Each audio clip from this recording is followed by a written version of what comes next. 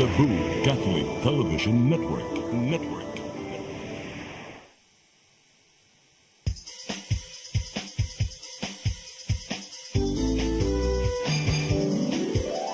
Hello Cebu, maayong buntag. Naksuntan ang kahayag nga nagsulit sa matuod, kadagan sa panghita pa. Hello Cebu, maayong buntag Pinoy.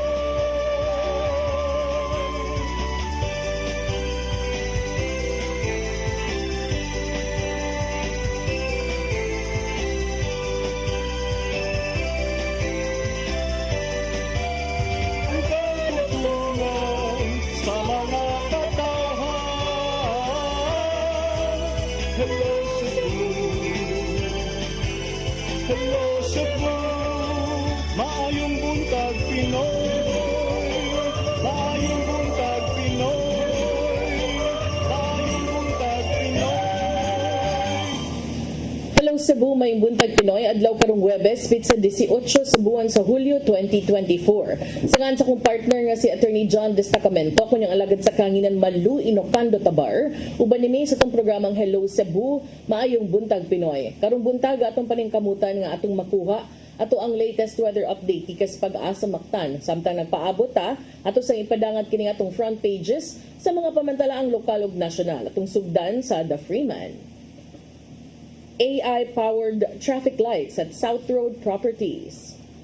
Sa Banat News, sa The Freeman, tunnel siradaan sugod karong adlaw. Sa Philippine Daily Inquirer, anti-Pogo clamor grows for President's action. Sa Philippine Star, business groups back total ban on Pogos. Sa Manila Bulletin, ADB keeps growth forecasts for the Philippines. Ug sa Tempo, hotel murder solved. Suspect in slay of Aussie couple in Filipina surrenders. Maugatong front pages sa mga pamantalaang lokal ug nasyonal sa among pagbalik. Amoy padangat kaninyo mga balita nga nahipo sa kaubanan sa CCTN News and Public Affairs team. Please stand by. Hello Cebu, maayong buntag Pinoy, maayong buntag Pinoy, maayong buntag Pinoy. Discover the beauty of the Philippines.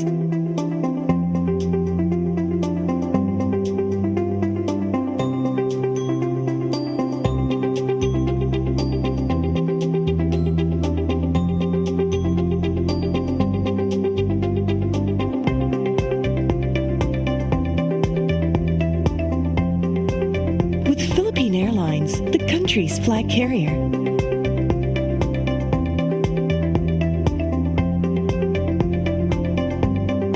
The airline that lets you feel the warmth of the nation.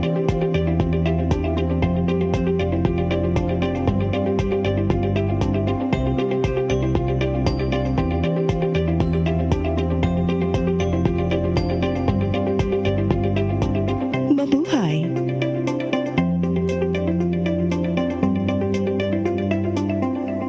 Holy Spirit,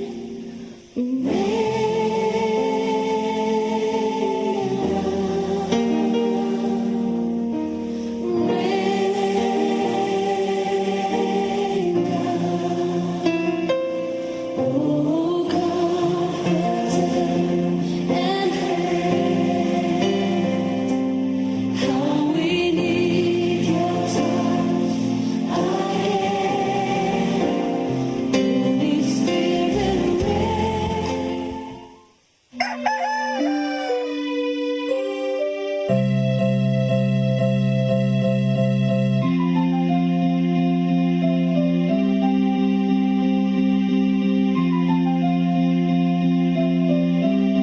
Ma, wala na dita, ma. Palud, ma. Sorry ma'am, na-late ko. Nangita pa mong gupit para internet sa kong anak ma'am. Ay, wala na yung problema. Pag sinisibo. Sinisibo, sinisibo, For your internet connection, and for the signal of your cable TV. so fast and straight that transmission to your home. Sinisibo. have fiber optics. For your viewing experience, perfect and clear so far. So great and affordable for you to enjoy. Cine Cebu.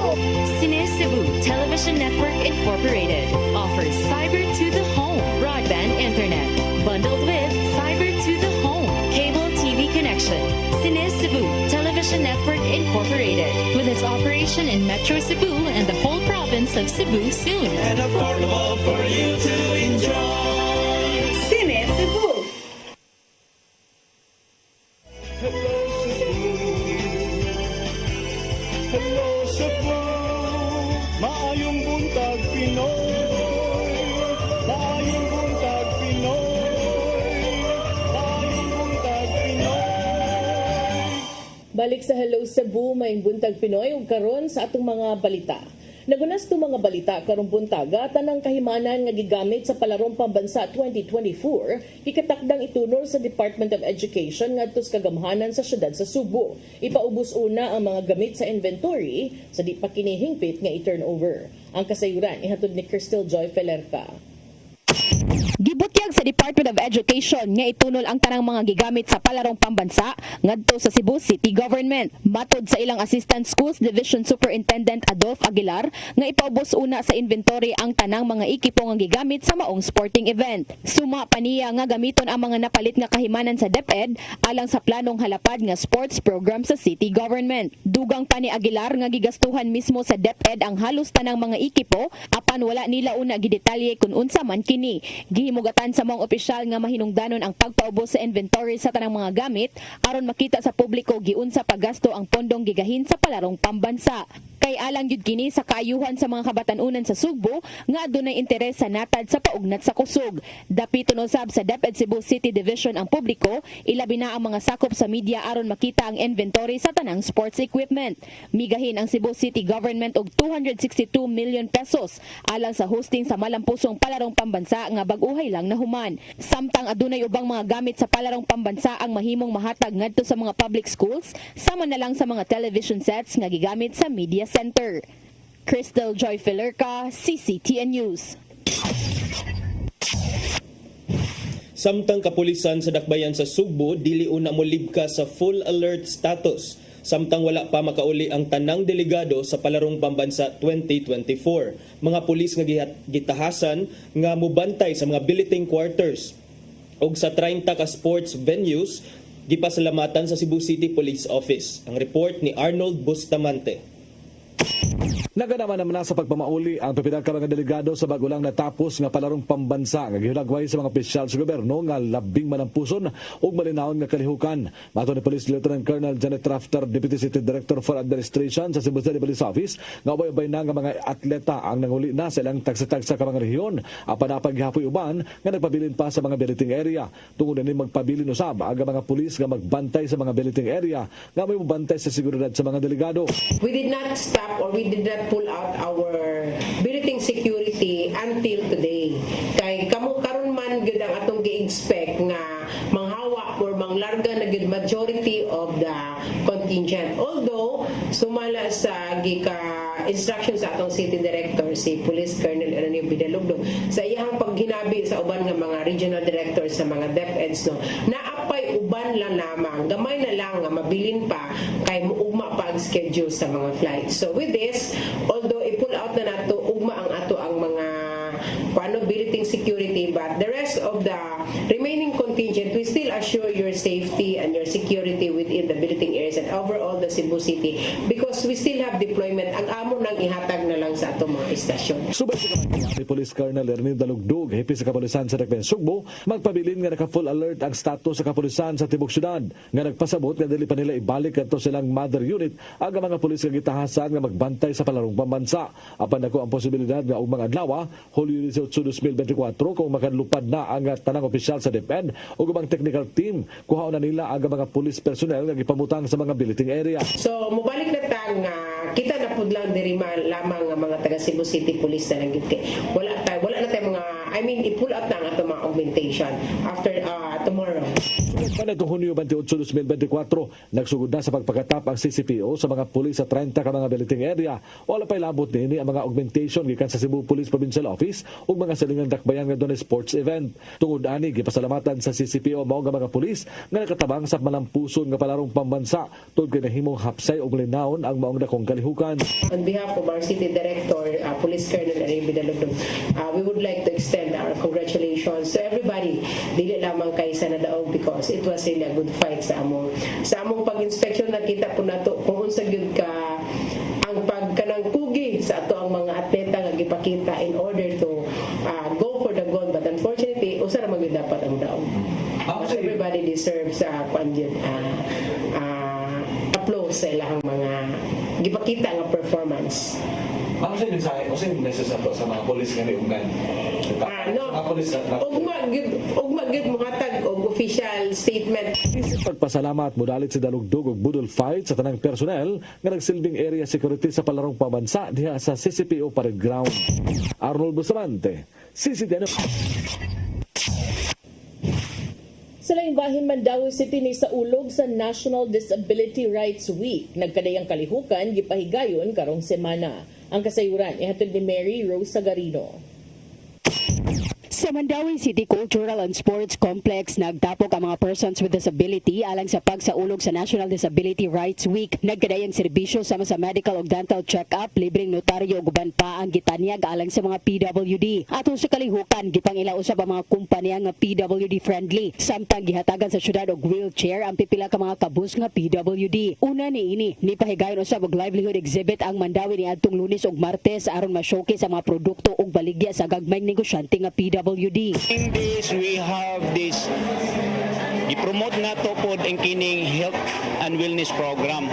So expectedly do na tayo mga games like sa sports,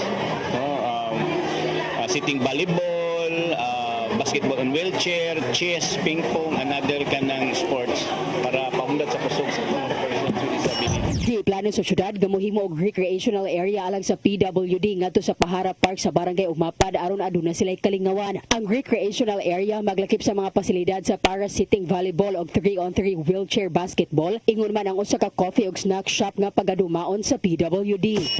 Dinhi sa Mandawi, we prioritize accessibility in public places and continuously improve programs supporting our persons with disabilities.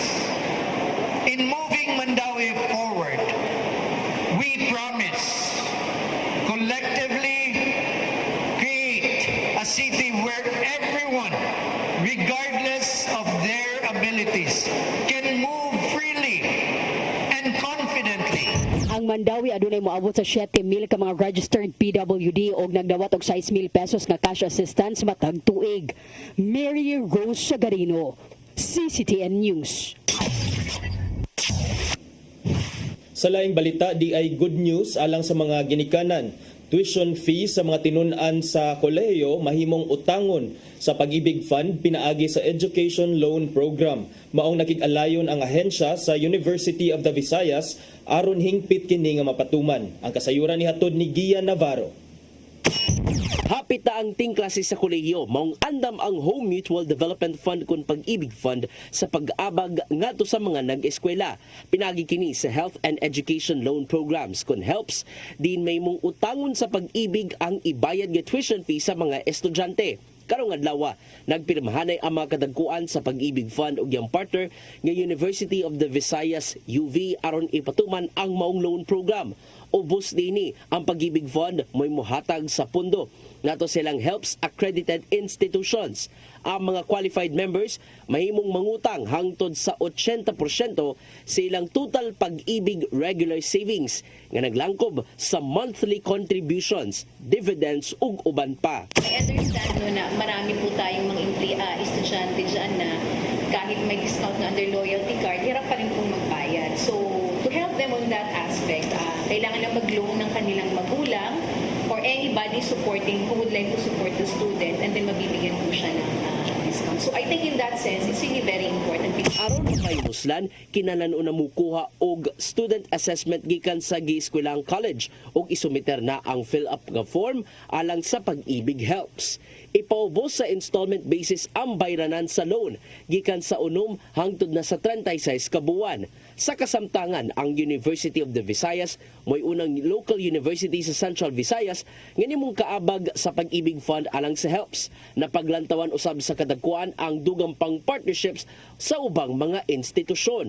This is also one of the services or diversification of Pag-ibig in terms of our services to widen our reach with our members. And remember that Pag-ibig Fund is not only for our housing purposes. We have 2 mandates actually.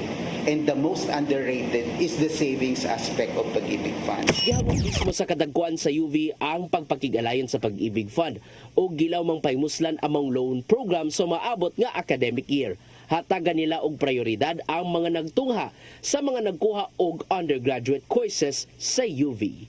The program of the HELP is really significant because our students and their parents are coming from economic classes C, D, and E. In fact, some of our students are working and they cannot really afford to pay our tuition fees. Ian Navarro, CCTN News. Sa atong katapusang balita, kapulisan sa Dakbayan sa Subo masaligon nga makumbikto ang akusado nga si Simeon Gabotero sa pagpatay kang Rhea May Tokmo bisan sa pagplead ni inig not guilty ngadto sa korte. Mag-usa na katuig sukad napalgan ang pateng lawas sa biktima sa sitio Mohon sa Barangay Tisa ning Dakbayan. Mga detalye sa report ni Arnold Bustamante. Takdo nga usa ka tuig karong adlaw human sa brutal nga kamatayon sa usa ka estrangerang dalaga nga taga Davao del Norte nga si Remy Tokmo 19 anyos nga napalgan na lang nga wala nang kinabuhi sa kilid sa karsada sa Sitio Mohon, Barangay Tisa sa Dakbayan Sugbo. Sulod lang sa pila ka adlaw nadagpan sa Labangon Police Station sa pagpangulo ni Police Major Angelito Valizer ang responsable sa mga krimen nga si Simeon Gabotero 22 anyos construction worker nga taga Sitio Sampaguita Banawa, Barangay Guadalupe.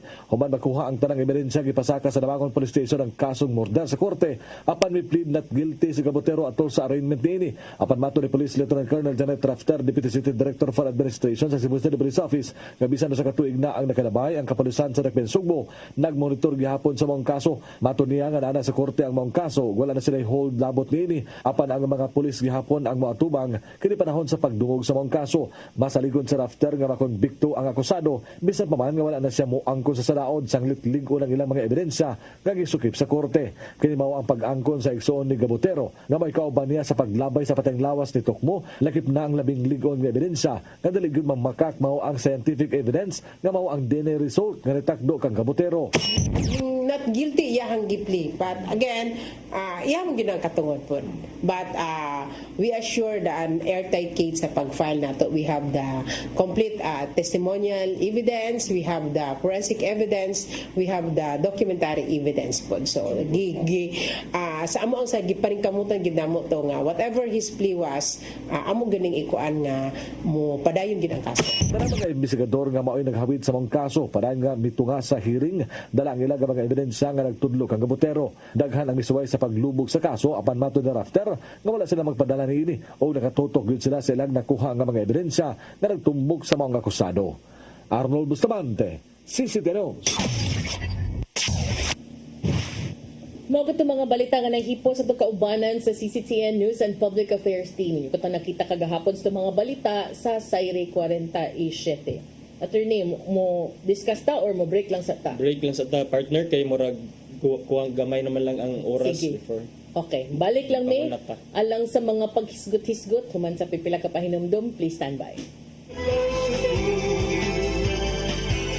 Hello sa maayong buntag Pinoy, maayong buntag Pinoy, maayong buntag Pinoy. Discover the beauty of the Philippines.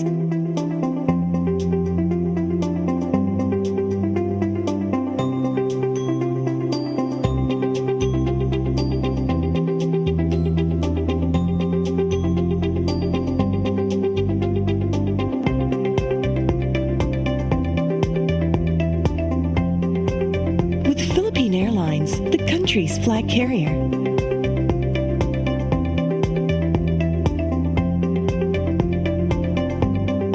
The airline that lets you feel the warmth of the nation.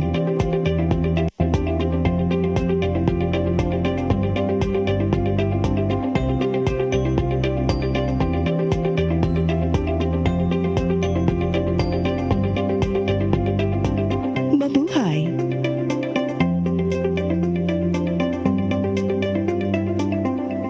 Holy Spirit,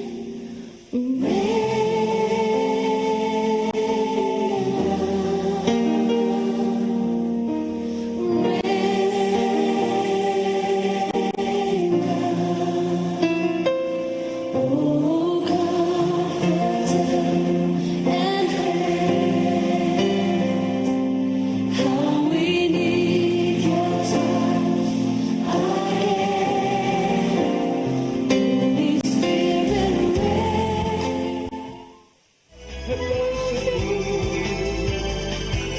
Hello Cebu, maayong buntag Pinoy.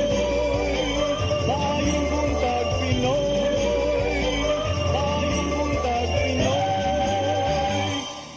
Balik sa Hello Cebu, maing buntag Pinoy. Arita sa atong pagisgot-hisgot, sugda nato partner, nining atong wa nato na sugda, wa nato na tiwa sa gahapon, atong na hisgutan kagahapon gamay briefly ang kining sale of kidneys nga natribukar sa National Bureau of Investigation. Ang update ani karon partner, pasumuna na sa National Bureau of Investigation kon NBI ang tulo ka doctors nga allegedly involved sa maong sale of organs, body organs, particularly mga kidney. Kining tulo ka doctors were said to be involved in an organ trafficking syndicate allegedly led by a nurse diha sa National Kidney and Transplant Institute sa Manila. Nya ang kining role sa doctors mauni ang giingon sa according sa mga suspects or according atong mga biktima nga na-rescue sa NBI kagahapon or niadtong sang adlaw nga ang role kuno sa mga doctors partner is sila ang nag-match sa blood of the donors adto sa pasyente. According aning tulo ka mahug na suspects. sila attorney og appeal gid sila kay naman sila participation no. Yes, if mapamatud-an partner, well, dili if there is probable cause, for example, nga ang mga doctors kining tulo ka buok, kahibaw sila intentionally ni sugot sila sa pagproseso aning blood matching of the donors, bisan pa man sa kasayuran nga gibayran di ay og 200,000 pesos. Wa ta kahibaw kung 200,000 pesos each, but I believe 9 ni sila ka mga donors. Unya ang gihisgot nga kwarta is 200,000. Kung nakahibaw ang mga doctors ana nga arrangement, then they could be held liable. Ang siyam ka mga biktima partner na rescue ni sila sa operation, unya ang mga suspects reportedly recruited the victims. Kay atoning lahi-lahi ang suspects mauni sila ang mga nag-recruit or ang mga alleged traffickers. Ang katong mga potential donors unta gitawag ni sila mga victims kay sila ang mga na-rescue. Unya, the suspects reportedly recruited the victims and facilitated the sale of their kidneys for 200,000 pesos. So matud ni NBI Director Jaime Santiago, if the doctors had knowledge about the syndicate, then they will be held liable, partner.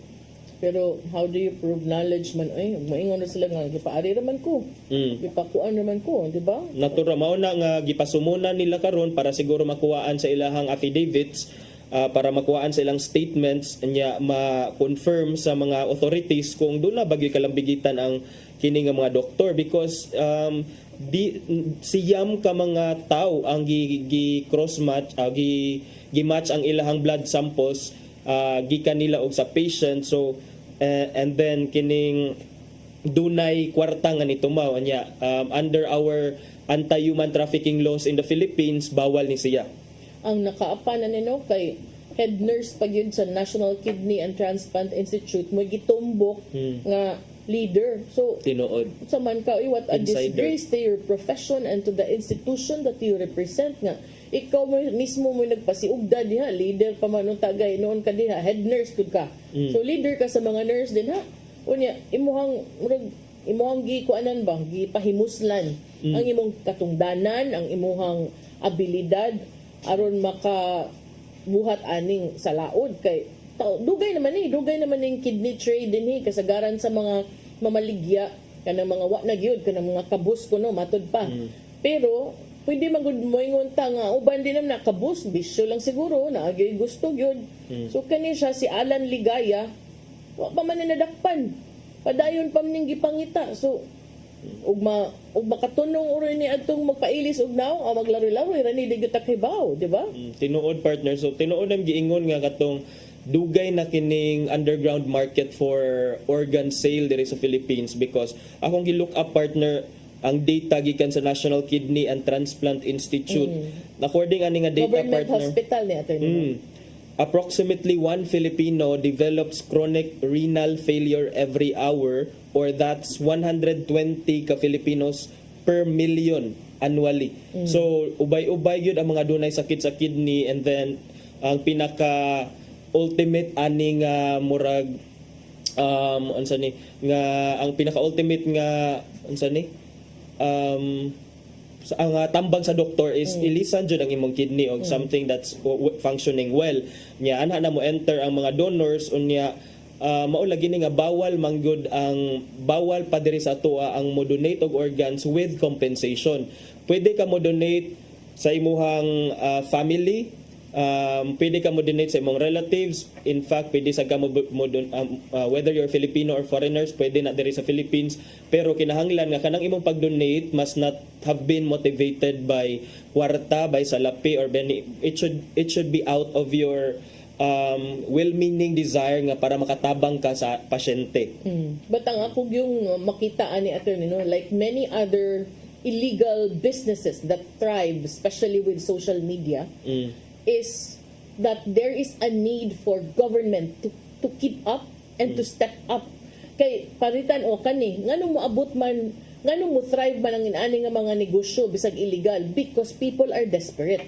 Ngano man kay ang waiting list aning NKTI 7,000.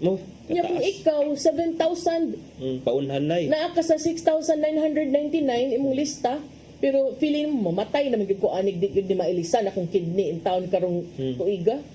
Kung ikaw ganahan yun ka and your family, mangita kag paagi. What is 200,000 for those who can afford? And daghan na maka-afford anang 200,000. So, and then, sa side sa mga donors, bar na katong imong giingon sa gagaganina nga they are motivated sometimes by kaning kawadon lagi bahala lagi we have a joke nga sige baligya tag kidney. Panan na lang ba gihatag sa gobyerno ninyo gikan 4 piece ngadtos tupad ngadtos sa naakap tanan na lang wa lang gyud gihapon na mamaligya ta kini sige pero in town di ba ka kasiguro nga kanitanan will succeed kay dabe uban nga di magkadimao no so para nako dako kay role ang gobyerno gyud gobyerno gyud ako kay nganuman langay sad kay mo kana bitang adoption mo ang mamaligyag bata kay taas ang proseso. Ngano man nga atong lisod-lisoron ang mga tao gibutang magyud nato para lang gyud magsig suwat anang papel follow up. Usa man na sa makaingon kay ning red tape bisag na natay anti-red tape nga balaod. Awal murag wala man gihapon. Naari gyud gihapon nagkabaga. Moingon nga noon break nya sus kana sa ubang mga opisina naa gihapon labi na mga kaning na mga birthdays na ay ubang mga special occasions pero balik ta adto sa kato imong giingon partner nga kining kanalaging problema sa kining kawadon dili nato himuon ang rason in order to enter into this underground market kay kining gawas nga kining kuan siya illegal siya sa actually ang penalty ani under our laws partner ining sale of organs is up to 20 years of imprisonment plus fine. So instead na hinuon nga nangwarta ka, gusto ka makakwarta basin pa hinuog adto na noong kapuniton sa prisuhan. Pero mao sa lagi unsan sa dimo kasiguro nga ang uban sa daani kung sindikato na amsay tig kuan ani tig lukat, tig piyansa, tig maniobra kapaet. Mo na nga so ginganlan na nila ligaya ang pangalan katong sa nurse. Ang head nurse. Matud pa nga ang National Kidney Transplant Institute man sad it's conducting its own investigation but kining investigation yang kaugalingon nga wala gay siya it took them an outsider to find out nga ang head nurse pagyud sa NKTI maoy nagpangu aning usa ka potential nga sindikato sa pagpamaligya og kidneys niya. Matod sa ospital sa NKTI kagahapon nga the NKTI being the National Specialty Center for Renal Health and Organ Transplantation honors only legitimate transactions regarding living donations and transplantation including deceased organ donations. Ato pa murag nang hunaw ang management sa NKTI nga murag wala sila ani nakahibaw kay para according to them nga katulang mga legitimate or katong niagi sa sakto nga proseso ang ilahang gi-honor giatiman diha. Yes. Pero ningon man sad sila ilang gi-assure ang ilang mga kliyente nga nana kuno sila gihimo nga investigasyon. Mao lagi na investigasyon nya dayon nganong karon pa man walay internal audit diha sa NKTI, walay mga hungihong, walay nakasakop.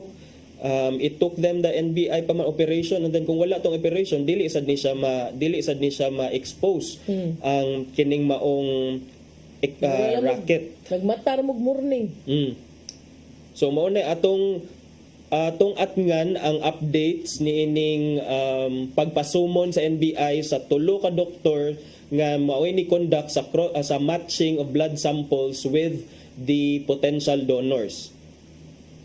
Kay aron ato makita kung doon na bagyod sila kalambigitan partner. Ug sa ilang level sa kalambigitan igo basad ni aron ibutang sad sila appeal nga tung mapasakaan sad sila kaso aron mahimong leksyon sa uban sang mga profesional nga dili mag-apil-apil sa mga ingon aning kalihukan.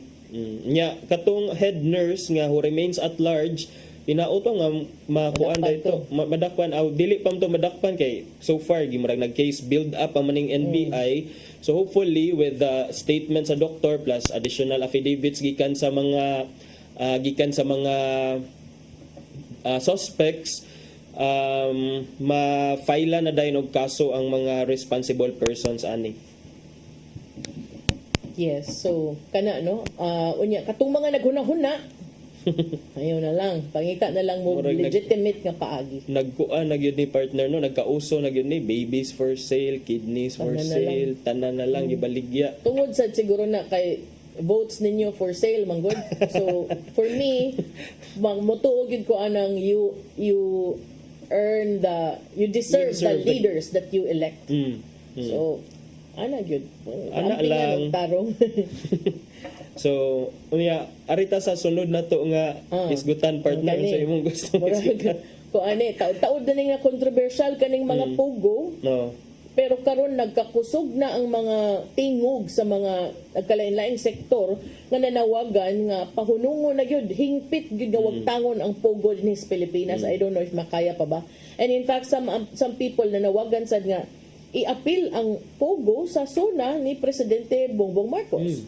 So karon daghan na kay ni padayag silang oposisyon niining mga Philippine-based nga Chinese-run offshore gaming operations nagkakusog. Karon ang business associations, economic sector, think tanks, political groups ni appeal na sa mga panawagan sa industriya nga matud pa ni Kuyanap panahon sa administrasyon ni kanhi Presidente Rodrigo Duterte. Ug mipadayon karon.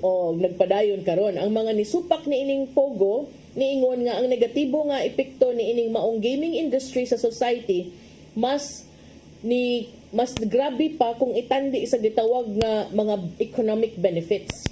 Sa usa ka joint statement nga gipagawas kagahapon ng Makati Business Club, Financial Executives Institute of the Philippines and Management Association of the Philippines niingon nga hingpit nilang gisuportahan ang rekomendasyon sa Department of Finance and the National Economic and Development Authority CONEDA nga hingpit na gyung wagtangon kining mga pogo. Kining mao nga statement gipirmahan usab sa Foundation for Economic Freedom, Justice Reform Initiative and the University of the Philippines School of Economics Alumni Association. Niingon sila nga ang kontribusyon sa pogo dinhi sa Pilipinas in 2023 was only 0.2% of the gross domestic product, which is the sum of goods and services produced in the country within a given period. Sa ilang joint statement, niingon compare this to the social costs which have direct effects on economic growth. Ilang gi-highlight ang findings gikan sa recent Senate hearings ug ang mga pamahayag sa NEDA nga nag-link sa POGO to negative externalities, citing in particular the involvement of POGO personalities in crimes such as human trafficking, kidnapping, and money laundering, among others. Ilang gitumbok nga data matud pa sa 2022 sa PNP nagpakita nga 55% sa 31 ka kaso nga kidnapping og parentis pogo related. So kung dunay nahitabong kidnapping sa nasod, naglabaw aning katunga tungod sa kaning sugal, tungod aning pogo. Yes. Kini kurang mga krimen nga related to pogo investments can hinder growth, affect investor perception, and potentially affect our bilateral and multilateral relations.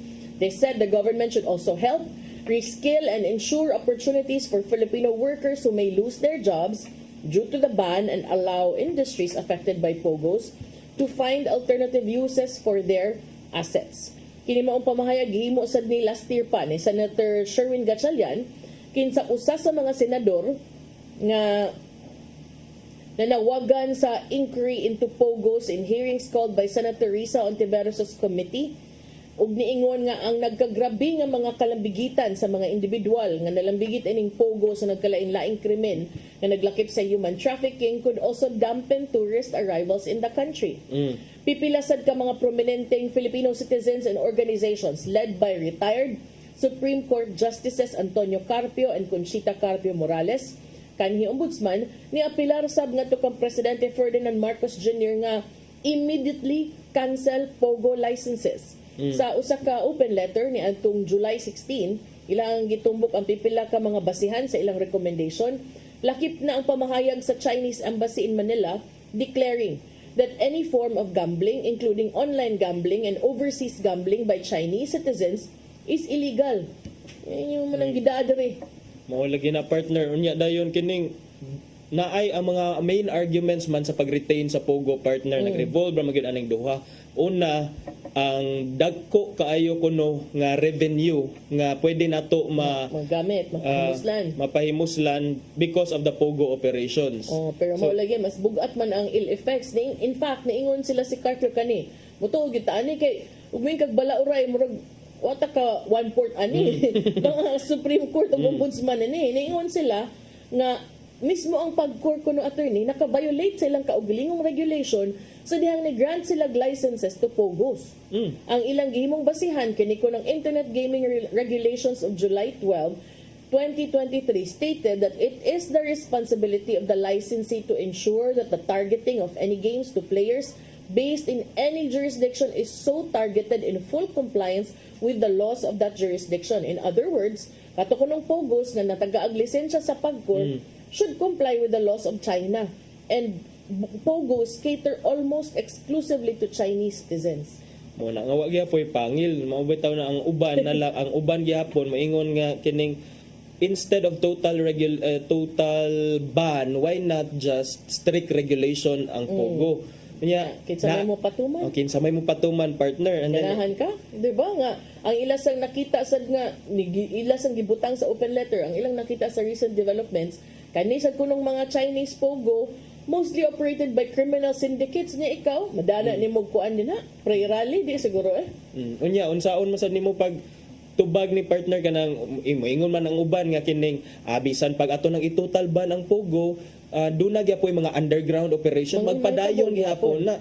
Liman ka attorney nga kini day kuno silang ilang operations, ilang kompanya na ikaugalingong presuhan. Na torture chamber. Na ikagulingong ospital katugod akong gingon nimo nga naunsa naman niyo mas napagya pa man sila ing nasod a country within another country. Na sila ospital nga pwede ka magpausab sa imong naong. Nya wala na kahibaw ang LGU anak partner. Di ba? So kini ko nung ilang mga inaani, lami kita naon, it looks so progressive. Ining tan-aw nimo ani daghan nag building, progressive kaayo, mingaw kay ni sa una, daghan kay napatrabaho. Sige, Pero nasa daghang illegal firearms, peke nga mga dokumento, napil pang sex trafficking, di mo bayad og mga buhis, mang pamatay subornog tao. mga opisyal, di ba? Yeah, it must die, pamatyon. So, kani, mo ni karon nga nagkadaghan na ang nagkabaga ang clamor. Murag nagka ng avalanche of calls for the president to do something. And I think this is something that the president must address. Needs to act on. Whether it is in favor or against, he needs to really issue a statement and show his mettle, because this is an ongoing issue niya, nagkagrabe, nagkadugay, di ba? So, appeal sa nanawagan, di ba? Carpio, Morales, former Senator Laila de Lima, former Bangko Sentral ng Pilipinas Deputy Governor Diwa Gunigondo, former COA Commissioner Heidi Mendoza, and retired Rear Admiral Romel Jude Ong. Ang uban leaders of Every Woman, Women 2022, Intercessors for the Philippines, Akbayan, Akbayan Youth, Active Citizenship Foundation, Student Council Alliance of the Philippines, pambansang katipunan ng mga daghan kaayo, lain-laing sektor. Di ka kaingon nga left-leaning raman eh. Di ka kaingon nga kanang kuan man cost-oriented man kay murag nagsagol tanan. And then ang nakanindot ani partner kay kung mo-act si President Bongbong Marcos ani sa mga calls, actually we don't need a legislation gikan sa Congress nga mag-agi-agi pa og diha gyud sa legislative milling diha sa Kongreso. One executive order gikan sa presidente that would totally ban pogo is all that it takes. Pumantikaan. Ang kanilang gyud ako ang hepe sa pagkor, si Alejandro Tenco, niingon siya, pabor siya, nga siradaan, pero katulad ko ng illegal. Kay, ang government earnings ko no, 5.2 billion last year, gikan sa 48 legitimate operators. Ang mga revenues ko na account for 5%, 6% of pagkor's earnings. Ang pagsira ko no, mo resulta sa significant job losses. Sige, butang na to, na trabaho, pero kinsa pa man niya makapahamusa nangamatay ng uban kay diba? Tinuod kinahanglan i-balance ang interest sa safety sa mga Filipino, sa mga worker, mga job opportunities. I don't really agree nga job opportunities for Filipinos kay sa February 2020 ba yan, ingon ba si Senator Joel Villanueva nga base sa Pagcor nga record sa 17.7% only were Filipinos sa POGO workers, 82.3 foreigners. Naunsa majority man manawag ni mo kalit nga dili kay ba I had job offer for you. Ano ko mangutan ko, are you Filipino? Ako lang yung are you Filipino? Ibutang. So mauna nga i-balance ang interest pero tan-awon jud nato kining multifaceted yun siya nga kuan parta lisod siya nga itimbang-timbang sa president kay ngayon ka binilyon kuno ang ambot lang sad kung tinuod ba na kung binilyon, pero that's ingon siya 5 to 7% only of the total revenue sa Pagcor. What is 5 to 7% man lang so kung napa may daghang other legitimate sources ang Pagcor sa iyahang mga revenues nga pwede niya gamiton sa iyang daily operations o sa iyahang mga kawang-gawa nga activities, I think dili man siguro kay makripol kung mawagtangag 5 to 7% ang revenues. And then kung maingon kag mga job opportunities, we have other katong ingon nga it's not the Filipinos man di ay who are benefiting from the operations of these pogos plus naaman siguro lain nga mga job opportunities nga available dire kung maningkamot lang pangita. Kung maningkamot di taga nag-isimani, syempre kana dako gyud nag-offer kay illegal baya. Kita ba day kag kanang minimum wage. Kay potential man sad ka mapunggutan og adto silang i-torture man ka dito. Diba? So, kanong duman niadtong September 2019, kani Presidente Rodrigo Duterte niingon, mao yang argumento at that time, niingon siya ang pagpasiraan ni would cause job and revenue losses. This is the same president kani kani adtong isabong. Ikaw man dagag nga matay, di ba? Nga hangtod karon wala pa gyud nato na account asa to mga loss sa bongeros. Nya ni adtong higayuna si kanhi Defense Secretary Delfin Lorenzana niingon sad nga kining Pogo hubs, particularly kining mga Pogo hubs nga duol sa mga military camp, could easily shift their activities to spying for China. Onya, Hayman. Mauna ba kini? Balik sa imong giingon ganina partner nga this needs action from the president ba. If magpabilin man good nga magpakahilom si Presidente Bongbong Marcos at this time nga grabe na bitaw kay ang calls partner, that could only mean one thing para sa And that is nga he is actually pabor? Pabor aning operation aning mga kuan kay for the longest time it's been there unya dayon nakakita man siguro siya. I'm sure he has access to confidential information, top secret information, being the president. Kay bawo siya unsay mga nahitabo diha. And if dili man gani niya hisgutan di ta makapugong sa mga uban nga to think nga basin og just like the other administration nga the previous administration that facilitated the previous administration kay didto man gyud ni daghan ang mga licensees for pogos nya karon na murag gitolerate man under the present administration. It could be nga some people in the current administration are also receiving kickbacks baron or suborno or commissions gikan sa pag-operate ani mga illegal pogos. And that really unsay atong basis ana partner up to this point wala gihapon tay top wala gihapon tay high ranking officials in the government nga ato jung mapinpoint responsible. But last week the president has already issued a statement about pogos. Ingon siya kaliwaan ni mga nagpadayong panawagan. Ingon siya, I know that you are very concerned with criminality and illegal activities that destroy the peace in your community. I want you to know that we are paying attention to this and addressing this problem. Atul ni siyang gihimo nga distribution sa mga assistance dito sa mga mag-uuma o fisher folk sa San Fernando City, Pampanga. Niingon siya nga ang DILG naghimo na kunog task force to address illegal pogos. So karon ang angayan natong tan-awon og susihon kung maapil ba ni siyang State of the Nation address, because last year daghag nagpaabot wala na apil. So this time, will this be included, and will the inclusion mean the announcement of a total ban kung unsa kaha? But niingon siya nga padayon ang iyang panglantaw matud pa nga ang focus should be on generating high quality jobs, good jobs, and not creating gambling jobs. Ningon siya, I think there are a lot of opportunities for the country, for the economy, and for our workers, and we can focus on those. Sige. So kana nindot na siya nga panglantaw nga at least na pero mo na ingon siya nga hold your horses lang sa kay DILG is looking into it. And PDEA is for handling the drug aspect. Ang other government offices, PAOK is also, in fairness ba yan? Gigamit nilihok. Yes, tinuod. So gigamit sad sa government karon, national government ang iyahang mga galamay para to look into the respect different angles to the operation of illegal pogos in our country. Pero mao lagi ni what the clamor of the mob is really a total ban kay para mawagtang na lang jud ang cancer. Imuhan yung tangtangon ang tumor, ang very source of the of cancer. So mo na nga tan-awon tato to kung ma-mention ba ni sa SONA partner. Mo gyud. Sama ni oras naman dayon mo pagpanginit na mo diri. Kaya murag sakto ni atong relo murag nahat jud diri sa mamalo Sir Ferdy. Kinahanglan dag extra nga aircon diri sa studio da kay murag maora man gyapon. Okay. Oras naman dayon pero tinuod kanang sakto na angayan na nya para nako kanang makibaw gyud ko nga in reality matunga gyud ang sentimento sa mga tao kay mo ingon gyud ang mga tao nga sige na lang at least kanang naay income kanang mga tawhan mo ingon magyud ang uban nga pro pogo nga sige na lang uy bisan og naglabing foreigner musuroy man sana sila sa Pilipinas mamalit man sad na sila di ba sige ang katong nakabenepisyo moingon jud nga sige na lang pero ang kato sang mga wala but kinahanglan you have to look at it at in an objective way para makita gyud nimo kung unsay sakto nga decision mao ipatuman or implement.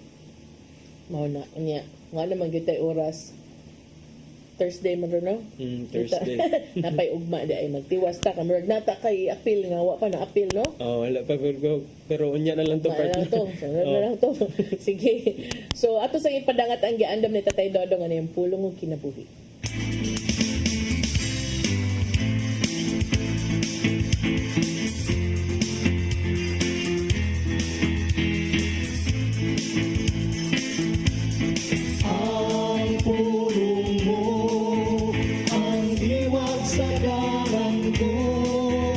Sa panultihon, 2 size ng ingon. Ang Ginoo may naghatag sa kalam, ang kahibalo ug panabot mo'y iyang mga pulong. Ang tawhanon nga kalam hakog kay dili man kini gusto nga makat-on ang uban kay alang kaniya siyara ang makamaw. Ang maong kinaiya ikapanig-ing na nato sa the Sea of Galilee o Dead Sea. Ang tinubdan sa tubig nini duha ka dagat mao ang River of Jordan. The Sea of Galilee adunay daghang mga living creatures. Nindot ang hangin ug ang palibot nga daghang tanom. Nganong ingon nini tungod kay duna siya outlet.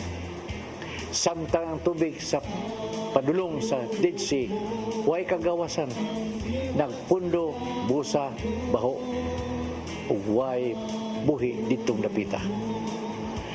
The Dead Sea daw dili ka mao muhatag, samtang ang Sea of Galilee may sama sa godly wisdom nga manggihatagon nga maong buhi kini. Busa ngay lang ngay paambit ang imong kalam kay gikan kini sa Ginoo. Sa Santiago 3:17 nag-ingon, apan ang kalam nga gikan sa langit una sa tanan putli. Ug unya makigdaiton, maaghop, mahigalaon, maluluyon ug mayog binuhatan. Dili usab kini mupihig ug dili tigpakaron ingnon. Mao nga angay lang gayud nga imong pangitaon ang kaalam nga gikan sa Ginoo sama nga ikaw nangita usa ka minungdanon nga butang. Mao kini mga igsoon ang atong pulong dinhi karong adlaw sa atong kinabuhi. Magampo kita. Nangitong amahan, timuha namo nga maangkon namo ang godly wisdom aron higpit ang among pagkatao. Kaya ang kalam nga gikan kanimo mo'y mugiya kanamo sa pagpangita sa maayo ug sa dautan. Amen. Sa ngalan sa Mahal, sa Anak, sa Espiritu Santo.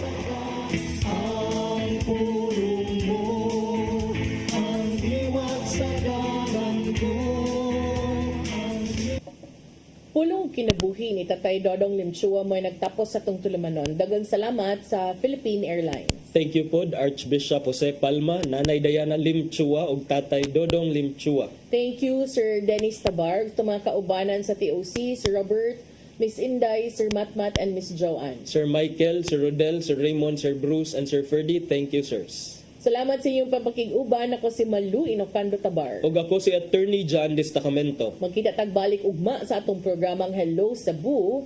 Maayong buntag, Pinoy. God bless us all.